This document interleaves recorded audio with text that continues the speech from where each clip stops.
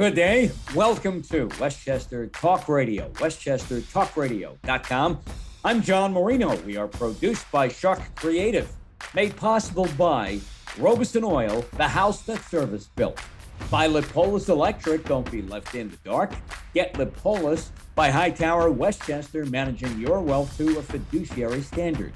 By White Plains Hospital, by Michael Labriola Landscape Design and Construction of Armonk, and by Tompkins Mayapack Bank. We are joined here on the Sports Report by Josh Thompson. Josh Thompson, sports editor at the Journal News and Poughkeepsie Journal, all part of lohud.com. Josh, welcome back. The fall season is done. We have kicked off the winter sports campaign in year 2 of COVID. A fall recap, if you would, and how much of an impact did COVID have overall? You know, I'd say, John, not too much. You know, you did have a few quarantines, for football teams or soccer teams, but that was way down from what we saw in the winter and the spring. Didn't affect too many teams too badly. You definitely had, a Ramapo missed a couple of games, and there were a couple other schools that missed games. Putnam Valley at the end of the season for football. I know Westlake Soccer missed some games, so you did have some of that, but it was definitely much more limited. Maybe we'll see more of it this winter as the positive cases tick up a little bit, but it definitely didn't affect the fall too much. And for the fall season, it was a pretty strong one for Section 1. You had Carmel football team winning a state championship undefeated. One of the most dominant Section 1 football teams ever. You get Somers boys soccer, winning a state title. A lot of boys and girls teams making it to Middletown and Cortland respectively.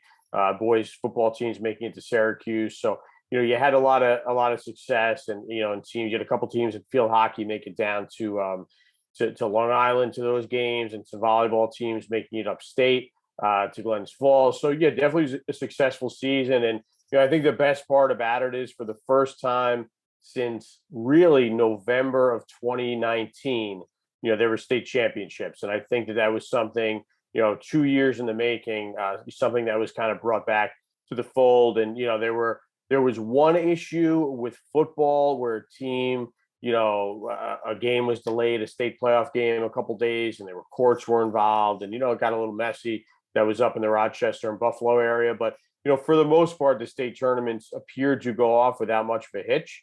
There was something, for example, with football where when they played in the Carrier Dome indoors, there was some more mask wearing where there hadn't been during the season because it's an indoor venue. But, for the most part, it went pretty smoothly. But again, it's easier always for outdoor sports. And, the only one that's indoor during the fall really is volleyball. So, that's definitely something to watch out for this winter. I saw Poughkeepsie go on pause for a little bit, their football program, yet they came back, had a pretty good season. I think they looked better after they came back from the pause than they did before that, as things worked out too. You talk about some of the restrictions throughout the fall in different areas and some of the COVID protocols. As we head into winter, do we see schools maybe toughening up a little bit? I know one school on Long Island where I work at, when we've had a couple of basketball games so far, the gym has been limited to pods of 2 people per 11 players for each team, and that's it. That's all that's been allowed in. So where I thought we'd go totally back to normal, and oh, by the way, I have to keep announcing, keep your mask on in the gym and throughout any time you spend in this building. It seems like that, to me, maybe a step backward. I don't know if I'd say just step backward, because it's definitely an improvement upon what was happening last February when basketball came back. However, it does vary district by district. So I think you'll see, a pretty wide range of protocols at different schools. Some will probably have almost, full amount of fans at games, or 50%, 75%, maybe 25%. But then I have heard down to as many as, just a couple per parent. So, I think that does make a big difference. It will limit things. The biggest change, I think, is something like wrestling tournaments that are held on Saturdays a lot of the times during the winter. The Eastern States Championship, which in many ways is more competitive than the New York State Championships because it includes wrestlers from Jersey and Pennsylvania and so on. Those were canceled this year. It's a venue situation that's held at Sullivan Community College, but whether it's Pace University, Iona College, Manhattan College, Fordham University, a lot of these venues don't want to have outside people come in. So there are events that are commonly held at places like that are larger venues that can have bigger crowds or more competitors.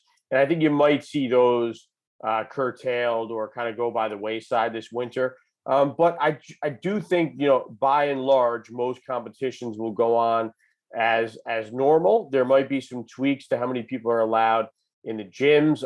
Again, part of that problem, though, is that every gym is different, John. So there are gyms that only hold 500 people.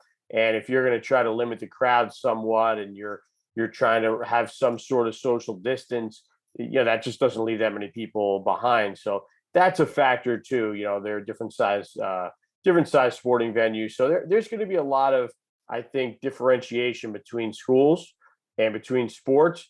And I think that's something that's a lot different than what we saw last winter and early in the spring, where at most schools, the section and the state had kind of set the guidelines. This year, they're kind of leaving that up to the schools. So some schools will be more aggressive than others in terms of limiting the amount of contact people have between one another.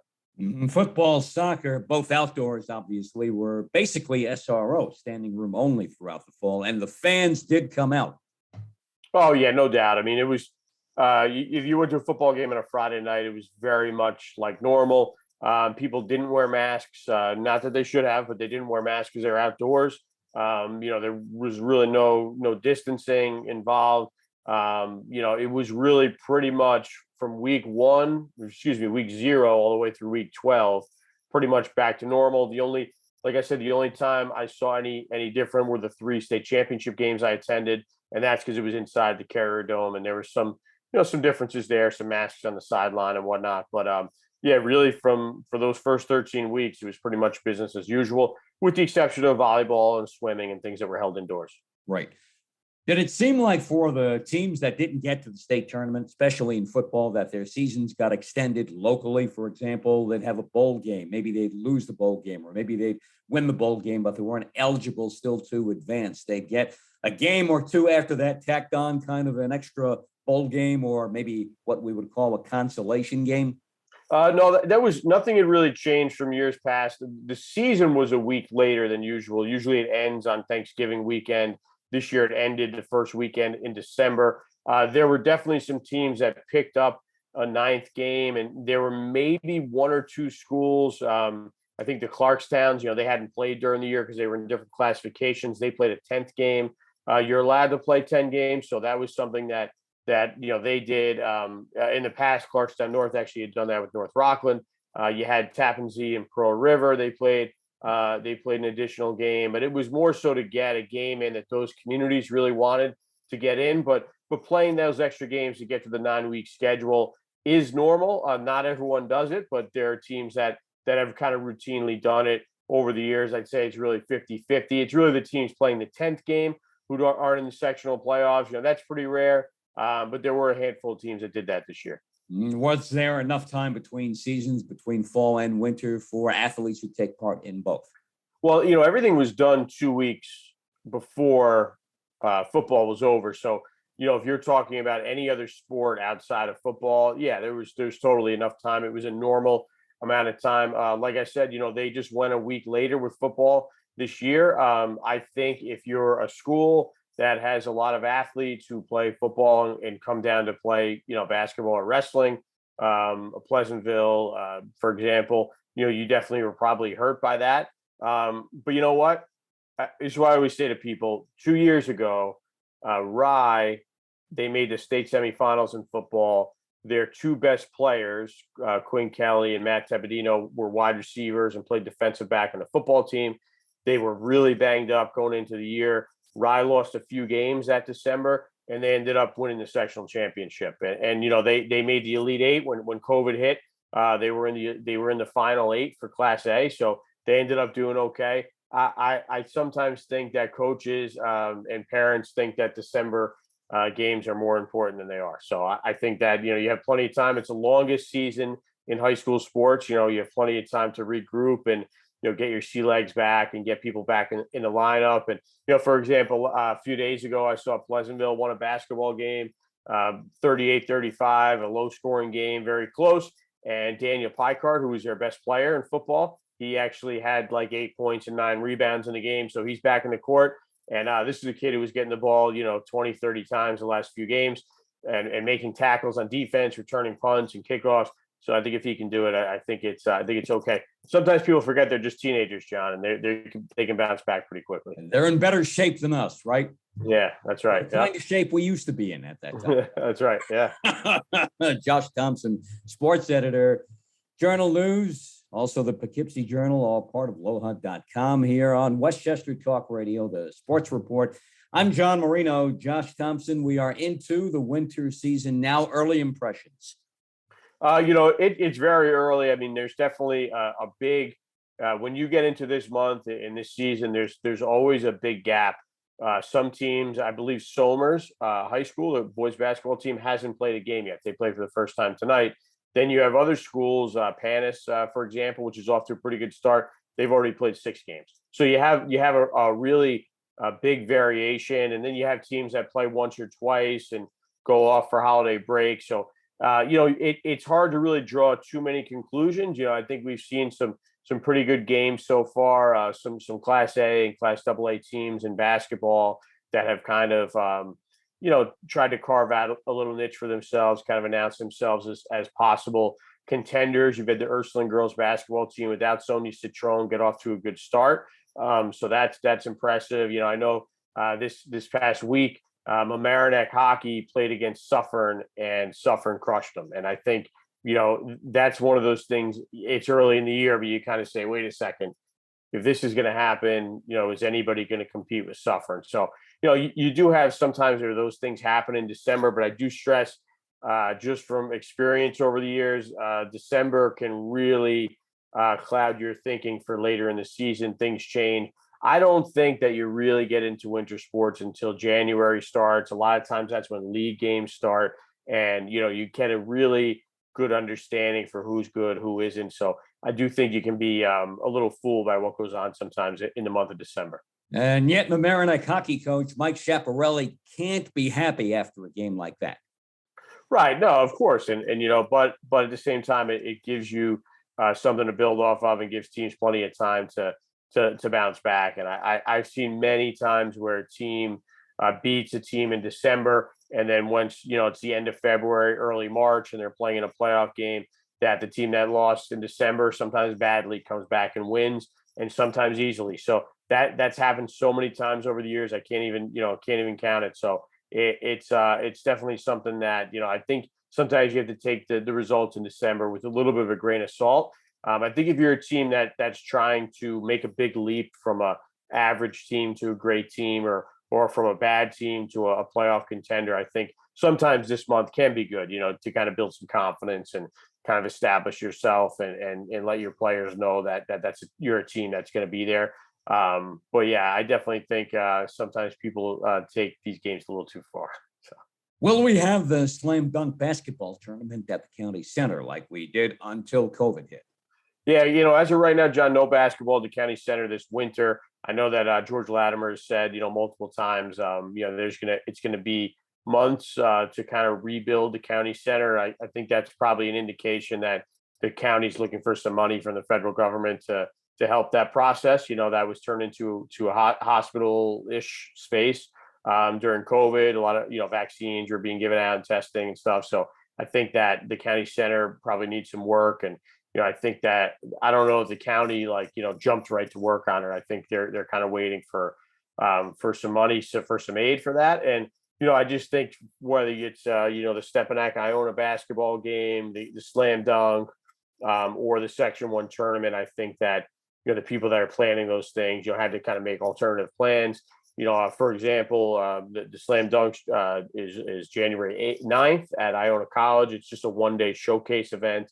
Iona Prep and Stepanak are going to play 2 days before that. Their Stepanak's home game, that's going to be at Manhattan College this year. Unable to get Fordham, unable to get Pace due to vaccine requirements and just not wanting outside fans.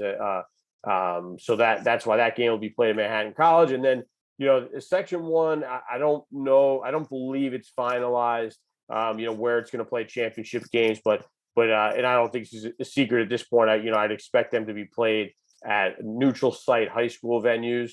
The boys and girls championship games, just because, again, same thing. I don't think you can just go to Pace nowadays and just get Pace to give you the gym for 3 or 4 days. Just not the way it is, in the time of COVID. So I think, those games, and hopefully it's just this year, but I think those games will end up being played at neutral site high schools. The Slam Dunk Tournament, as you pointed out, is Sunday, January 9th, the showcase at Iona College in New Rochelle. We'll have, I think, 6 games total that day, right? From early in the morning till late at night.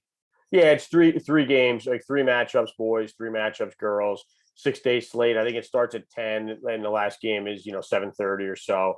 Kind of running every hour 45 minutes, every 2 hours. So yeah, it's again, it's probably a good solution. It's not cheap to have a 4-day or 3-day tournament. And in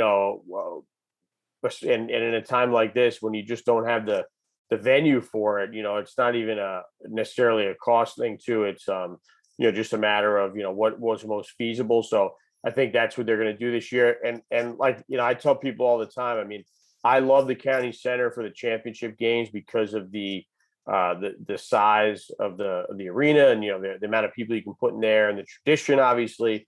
But Pace University and Iona College are both excellent alternatives. And Iona College, to me, is the best venue around here now since it was refurbished. I think they've done a great job with it.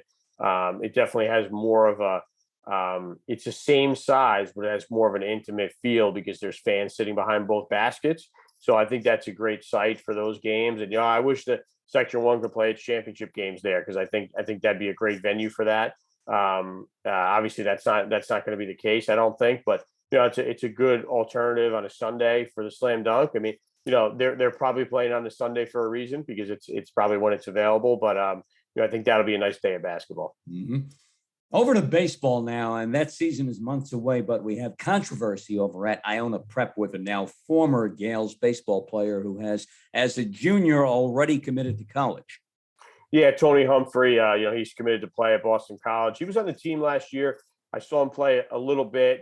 He had was started sometimes. Was a pinch runner, would go in and play defense or pinch hit. But I know that the coach over there, Ryan Mahoney, he was a big fan of Tony's game and thought he was going to be a key player for them the next couple of years. And obviously, with what happened with him, Tony left, and he's headed back to Panis from Iona Prep. Panis is absolutely loaded. So in addition to Tony, they have a Clemson commit, a High Point commit, I think Elon, not High Point, and then a St. John's commit. So that's a team that has a lot of Division I talent, and adding Tony to the fold will only make them more impressive. But obviously, it's a sad story, and it's sad that he had to leave. Felt like he had to leave the school, and it's sad what happened, and obviously it cost somebody his job, and so it was obviously a disappointment all around. I know it was obviously not a good look for Iona Prep, and I know that's probably something the school will spend a little bit of time over the next coming years, taking a hit for that, because obviously it doesn't make the school look great. And obviously Tony, and his family made the right decision for him, and he's headed to Panis, and I'm sure he'll have a really good career there. This was after an alleged racial remark by an athletic department staffer made to Tony when he talked about maybe wanting to join the track team to pick up even more speed than what he already has. And then what happened, and now he is not at Iona Prep anymore and is over back at Walter Panis. The NIL situation, name, image, likeness, which was instituted this year for college athletes to be able to make some money off their name, their image, their likeness. The train of thought is that the schools are making money off the kids. They're adults by the time you get to college, but off the men and women from their athletic teams and the athletic programs. So why can't they get a few bucks too? Some states allow high schoolers now to do this too. New York State is one of them. And we have a kid over at Stepanak who is taking advantage of this. Yeah, it's Boogie Fland. He's a top 15 rated sophomore in the country, class of 2024. Unfortunately, Boogie is out right now. He's got a back problem. So he hasn't played so far yet this season. But he tried out for Team USA over the summer. He's in the Team USA under 16 program kind of. And I know that he's a guy who only had to play a handful of games last year for Stepanak, 4 versus Iona Prep, 2 versus Long Island Lutheran, then played in spring games in the CHSA spring event. And he was really talented. I mean, right, the first time I saw him play, I was really impressed. He came in, was ready to play right away. He's got good size for a guard. He's kind of a combo guard who can score and make plays happen. And, he's somebody who's, he's certainly going to be a high major Division I college player. If he stays healthy and, keeps his mind right and everything. And so, him and there's a story in the New York Post by my buddy, Zach Braziller, this week about Boogie Fland and, Ian Jackson, who plays, he's also a top 15 sophomore. I believe Ian's ranked 6th in the country in the class of 2024. And he's at Cardinal Hayes. Cardinal Hayes, yeah, he's Bronx, at Cardinal Hayes, and they're both. And he was another guy who played for Team USA. I think he was their leading scorer.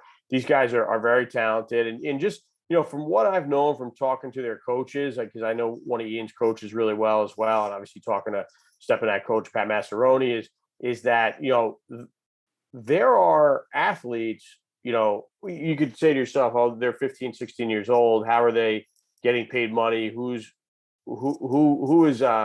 buying something because of what they say? Well, if you're in that world where you're young and you're in social media and you're posting highlight clips and you're getting recruited and you're on the AAU circuit, that you do often have a following, a pretty large following where when you're posting quick highlight clips of yourself, people are on Instagram or Snapchat or Twitter, and they're engaging with what you're putting out there.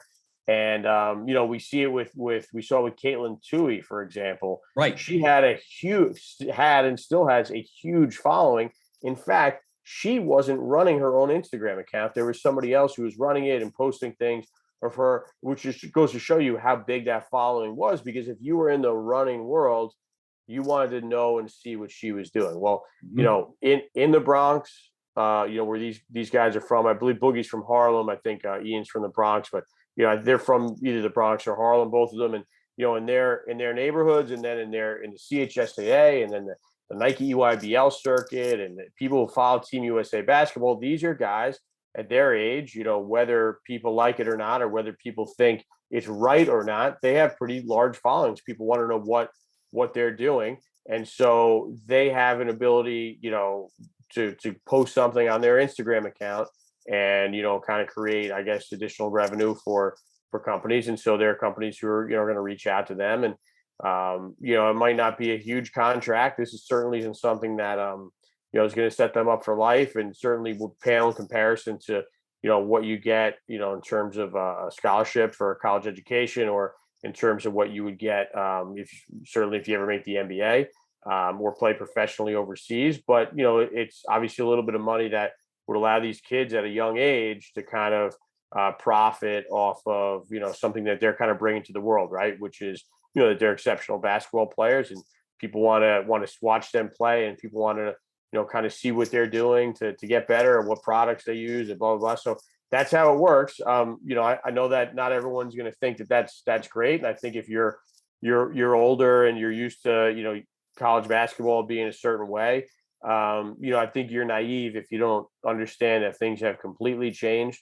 A lot of players are going one and done, two and done, and, they're using that just as a springboard to the NBA. And obviously the NBA changed its rules, so you can't go right from high school to the pros. So you see people now taking the G League route or going overseas, like LaMelo Ball did. Jalen Green last year playing on the G League team ended up being the number 2 overall pick. So you're definitely seeing that. Jonathan Kuminga, who was a kid who was actually at Iona Prep for a brief time, and was living on Long Island after that, and he's somebody who never played in college. So you definitely have had that, been kind of heading in this direction. It's just a way for people who are really talented to kind of make money, and kind of strike while it's hot, based on their talent and the fact that people want to know what they're doing, what they're using, what they're into. And It's kind of the way of the world now, and it's good to see Ian and Boogie taking advantage of it. Those two, and like you mentioned, Caitlin Toohey from North Rockland, great track star there a few years back. They are social influencers, what we call social influencers now. Well, John, and RJ Davis is selling North Carolina jerseys, or is able to kind of, able to put a link out there to like his jersey and be able to sell it. And you know what? People weren't buying Michael Jordan, Eric Montross, and Troy Hansbrough. Of course they were. So they were buying their jerseys, and Michael Jordan and Hansbrough and Montross and, all these great North Carolina players, they never got a dime from it. Well, so RJ Davis, now he can. And, I don't see any argument for why that is a bad thing. How many jerseys did Chris Webber sell when he was at Michigan? How many Michigan number 4 jerseys did Chris Webber sell? How many Nike black socks did those guys sell? They were huge kind of cultural icons at the time, even though they were 18, 19, 20 years old. I had a Chris Webber jersey when I was a kid. So, I get it. And, people were kind of following what those guys did, and they were young and they didn't make any money off that. And, it's one thing if you're Chris Webber or you're Jalen Rose and you make the NBA, or Juwan Howard, you make the NBA and you sign pretty big contracts. But how about if you're Jimmy King or Ray Jackson? How much money did you make off being part of the Fab Five? Not much. And those guys at the time were a big part of that. And, they didn't get to make any money off that. And, nowadays, the next Fab Five that comes along, if there is another, kind of phenomenon like that, the 4th and 5th guys on that team, they'll be able to profit off it as well. And it's great to see a kid from Westchester, the all-time leading scorer, now at North Carolina, may be able to make a few bucks off this too. Right. And RJ probably have a chance to make the NBA, but there are no guarantees.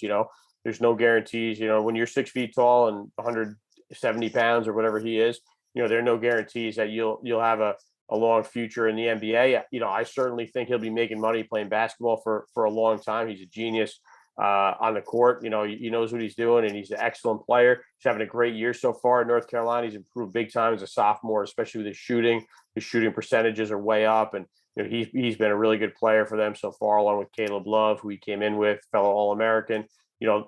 They're doing good things. They're improved, but that doesn't guarantee you an NBA career. But right now, he's a top dog in North Carolina, and he's going to be able to profit off that. That's a good thing. And we can think of so many names locally over the last 30 years that were supposed to be the next one, and they never were. Raleigh Alkins, for example. Right. Like that. Yep. Josh Thompson, great to have you back again with us here on the Sports Report on Westchester Talk Radio. All the best to you and yours. Happy holidays, and let's talk sometime soon in the new year. Thanks, John. You too. All right, Josh Thompson here. And Josh Thompson is the sports editor at the Journal News and Poughkeepsie Journal, or farwardlola.com. I'm John Marino on the Sports Report here at Westchester Talk Radio, produced by Sharc Creative, made possible by Robeson Oil, the house that service built by Lipolis Electric. Don't be left in the dark. Get Lipolis by Hightower Westchester, managing your wealth through a fiduciary standard. By White Plains Hospital, by Michael Labriola Landscape Design and Construction of Armonk, and by Tompkins Mayapack Bank. Catch all of our Westchester, Rockland, Putnam, Dutchess, Fairfield, and Orange County programming on our YouTube channel, Sharc Creative YouTube, and download the Westchester Talk Radio app now. We have one. It's called Westchester Talk.